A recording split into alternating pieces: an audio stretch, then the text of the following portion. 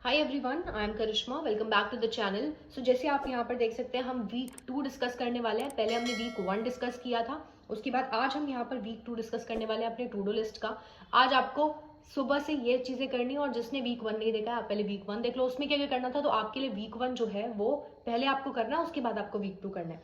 तो वीक 2 की to do list हम लोग साथ साथ करते रहेंगे। इस तरह से आपका प्रीलिम्स एग्जामिनेशन बहुत ईजिली क्लियर हो जाएगा। अब देखो इसमें आपको क्या क्या टॉपिक्स पढ़ने हैं।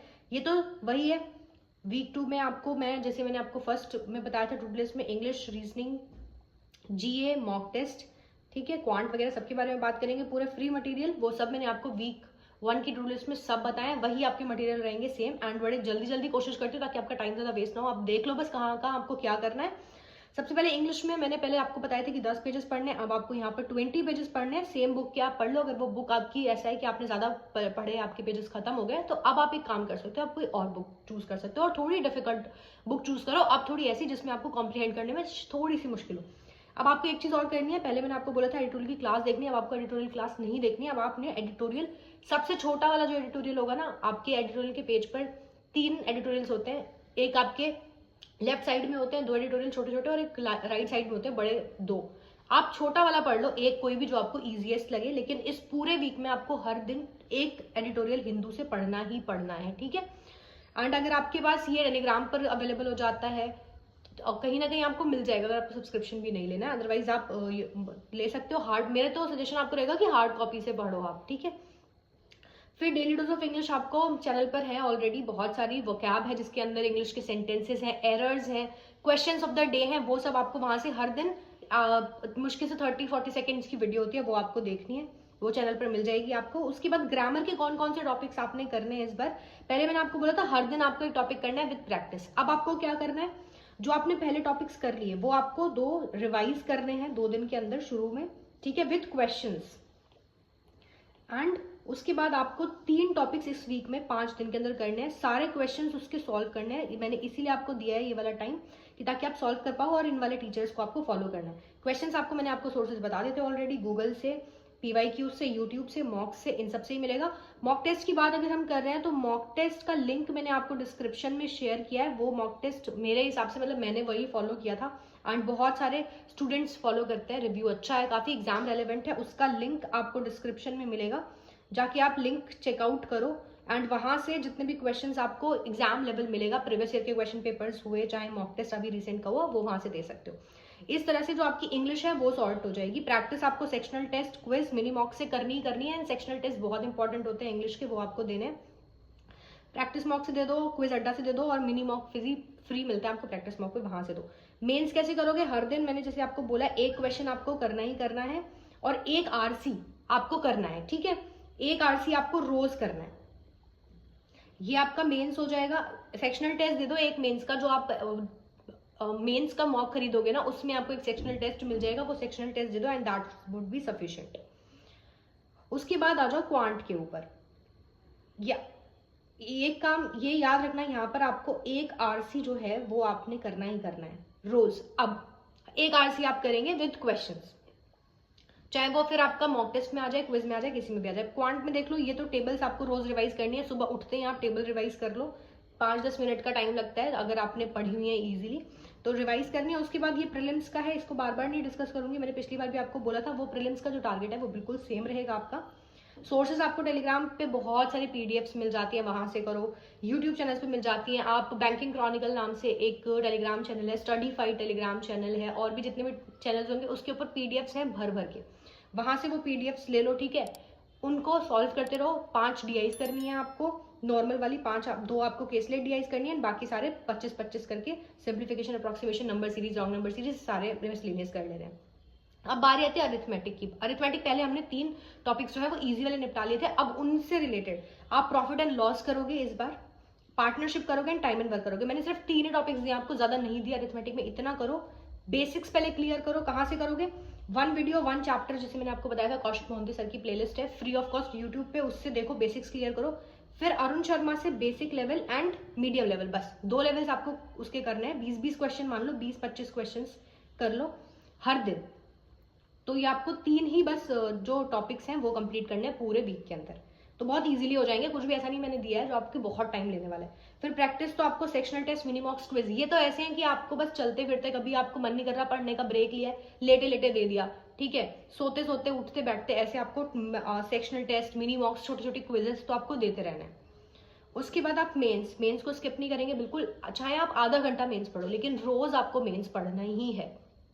एक डीआई कर लो, ठीक है, पूरे हफ्ते में की बात कर रही हूँ, एक डीआई कर लो कोई भी मेंस लेवल की, और एक अरिथमेटिक का क्वेश्चन या एक कोई मिसलेनियस क्वेश्चन, बस। जो न्यू पैटर्न के आते हैं, जो आपके मॉक में नजर आते हैं, आप कोई सेक्शनल टेस्ट दे रहे हो मेंस का उसमें नजर आ रहा है, मिनी मॉक दे रहे हो मेंस का उसमें नजर आ रहा है, बस उतना कर लो। मेंस के लिए उतना सफिशिएंट है, उससे ज्यादा कुछ भी करने की जरूरत नहीं। अदरवाइज आपको नहीं ऐसे एक क्वेश्चन नहीं करना ना, तो कोई भी एक क्लास देख लो पूरे वीक में डीआई के ऊपर एंड एक अरिथमेटिक के क्वेश्चन के ऊपर। तो किस किस को देखोगे आप? हर्षल अग्रवाल सर बेस्ट पढ़ाते हैं, यशराज सिंह चौहान सर हैं, आशीष सर के बहुत सारे लेक्चर्स हैं, कौशिक मोहंती सर हैं, उन सब में से इन चारों के अलावा आपको कहीं और जाने की जरूरत नहीं है मेंस के कंटेंट के लिए, तो बिल्कुल स्पेसिफिकली। अब बारी आती है रीजनिंग की। रीजनिंग में आपको प्री में बिल्कुल जैसे मैंने पहले बताया था सब कुछ सिमिलर रहेगा। इस बार आप क्या करोगे, सिलॉजिज्म का पिछली बार मैंने बताया था आपको कि वो जो ओनली या फ्यू वाली पॉसिबिलिटी होती है, इस बार ओनली या फ्यू वाली जो कंडीशंस होती हैं उससे करो स्टेटमेंट से।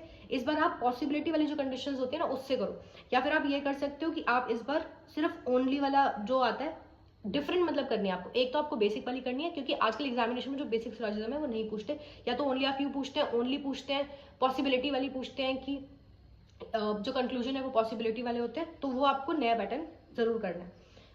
एंड कोशिश करनी है अब आपको कि आपका जो जितना टाइम लग रहा था उससे कम टाइम लगे, क्योंकि आप एक हफ्ते लगातार करते आए हो तो टाइम तो डेफिनेटली कम होगा। ये सब चीजें भी आपको नोट डाउन करनी है कि आपका टाइम रिड्यूस होना चाहिए। यही मोटिव है इस पूरी की पूरी सीरीज का जो टू डू लिस्ट हम दे रहे हैं। उसके बाद यहाँ पर मेंस आपको देना है, मेंस के आपके क्वेश्चंस करने हैं, एक न्यू पैटर्न का आप कोई पजल कर लो या कोई क्वेश्चन कर लो, दो मिसलेनियस टाइप के क्वेश्चंस कर लो, चाहे वो इनपुट आउटपुट हो, चाहे वो रिवर्स सिलॉजिज्म हो, या फिर ऐसा कोई भी क्वेश्चन जो मेंस के अंदर आपका आता है। एंड एक अगर हो सके तो आप पीवाईक्यू कर लो। एंड आप ऐसा करो कि पूरे वीक में सिर्फ 3 या 4 क्वेश्चंस कर लो मेंस के, उतना सफिशिएंट है। आपको बहुत ज्यादा बर्डन लेने की जरूरत नहीं है, एक आधी क्लास देख लो। कभी होता है कि आपको कोई क्वेश्चंस नहीं मिल रहे, तो वर्चुअल्स के ऊपर बहुत सारे मेंस का कंटेंट है, बैंकिंग क्रॉनिकल के ऊपर बहुत सारा मेंस का कंटेंट है, या फिर सिर्फ डायरेक्टली सर्च करो चाहे गूगल पर चाहे यूट्यूब पर, आपको बहुत सारा कंटेंट मिल जाएगा। फिर क्रिटिकल रीजनिंग, जैसे मैं आपको बोलता सिर्फ आपको एक क्लास देखनी है, पूरे वीक में खत्म करो चाहे वो वाली क्लास, लेकिन एक क्लास आप देखोगे। जो मैंने आपको सीए की प्लेलिस्ट, कैट की प्लेलिस्ट मैंने आपको बताई थी कि कैट की प्लेलिस्ट कोई भी यूट्यूब पे सर्च कर लो और उसी को देखते रहो। 1 घंटे की अगर क्लास है तो पूरे वीक में सिर्फ वो आपको एक क्लास देखनी है और उसके 10 से 12 क्वेश्चन कर लो अपने, ठीक है। मैंने जो बुक ली थी एम के पांडे, वो मैंने आपको बताई थी कि वो बुक अच्छी, अगर आपको परचेज करनी है तो आप परचेज कर सकते हो। वो अच्छी बुक है, उसमें से बहुत सारे क्वेश्चंस आपको मिल जाते हैं, कॉन्सेप्ट्स काफी क्लियर हो जाते हैं उसमें से। बहुत बेसिक इंग्लिश है वो, बहुत बेसिक इंग्लिश के अंदर है, तो बहुत ईजिली आपको समझ आती है।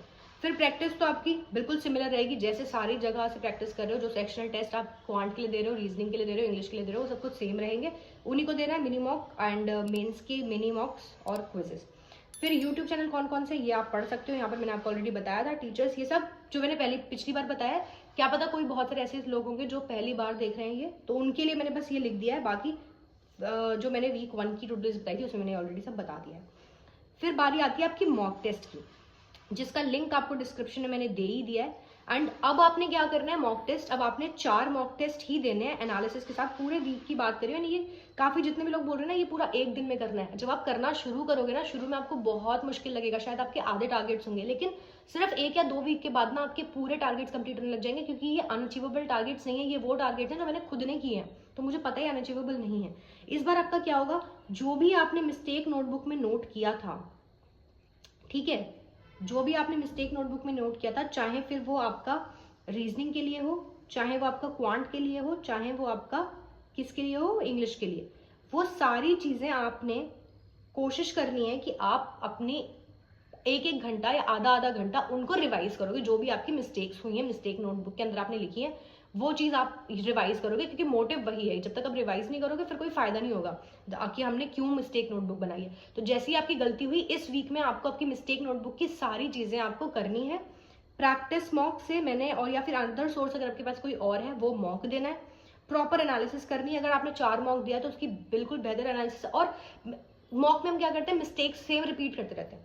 सेम रिपीट नहीं होनी चाहिए आपकी मिस्टेक। अगर आपने एक एरर वाली मिस्टेक करी है ना, तो अगली बार वो सेम एरर वाली मिस्टेक आपसे नहीं होनी चाहिए, कोई दूसरी हो, तो वो सीखने का आपको मौका मिलेगा। तो आपको इस बार ज्यादा सेकंड वीक में आपको ज्यादा ध्यान यही देना है कि जहां जहां गलतियां कर रहे हो अपनी गलतियां सुधारो, नया सीखने से पहले जो गलतियां कर रहे हो उनको सही करो, ठीक है। तो ये सिर्फ 4 मार्क्स ही आपको देना है। उसके बाद फिर करंट अफेयर्स मैंने एग्जैक्टली जैसे आपको पहले बताया था वही सेम चीज़ है, डेली करते रहो। ये मैंने दोबारा इसलिए लिख दिया क्योंकि बहुत सारे लोग जो होंगे वो शायद नया पहली बार देख रहे होंगे, तो वो देख सकते हैं कि क्या क्या टीचर्स आप फॉलो कर सकते हो एंड क्या क्या सोर्सेज हैं आपके एंड कैसे आपको रिवाइज करना होता है। उसके बाद अब लास्ट में जो ये सारी चीजें आप कर लोगे, आपका सब कुछ कवर हो चुका है, ठीक है। एक चीज और मैं आपको बोलूंगी कि इस बार आप क्या कर सकते हो ना, बैंकिंग अवेयरनेस की एक वीडियो पूरे वीक में, सिर्फ पूरे वीक में एक बैंकिंग अवेयरनेस की वीडियो देख लेना। क्योंकि करंट अफेयर्स तो हम बहुत सारा पढ़ते हैं, लेकिन जब बैंकिंग अवेयरनेस भी एग्जाम में स्टैटिक वाला भी पूछा जाता है और आपको अगर नॉलेज होगी ना, तो जब आप एडिटोरियल पढ़ोगे या कुछ भी पढ़ोगे तो बहुत इजीली आपको समझ में आएगा। तो बैंकिंग अवेयरनेस की एक वीडियो कपिल काठपाल सर हैं, या फिर आप देख लो और भी कोई टीचर है जिसका आपको अच्छा लगता है, यूट्यूब पे सर्च करोगे उनका फ्री में मिल जाएगा आपको, वहां से एक वीडियो उनकी डेली देख लो। 10 से 15 वीडियोज होंगी आपके, 10-15 दिन में वो पूरा कंप्लीट हो जाएगा। अगर आपको ऐसा नहीं करना है कि अभी नहीं देखना है, तो ऐसा भी कर सकते हो कि आप बाद में मेंस के बाद भी देख सकते हो, लेकिन अभी क्योंकि हमारे पास इतना टाइम है कि हम एक वीडियो देख लें, तो हमारा जो एसबीआई का मेंस होगा उसके बाद जो इंटरव्यू होगा उसमें भी हेल्प करेगा ये सब चीजें, और आपका आईबीपीएस पीओ के इंटरव्यू में भी हेल्प करेगा। तो ये आप यहाँ से कर सकते हो।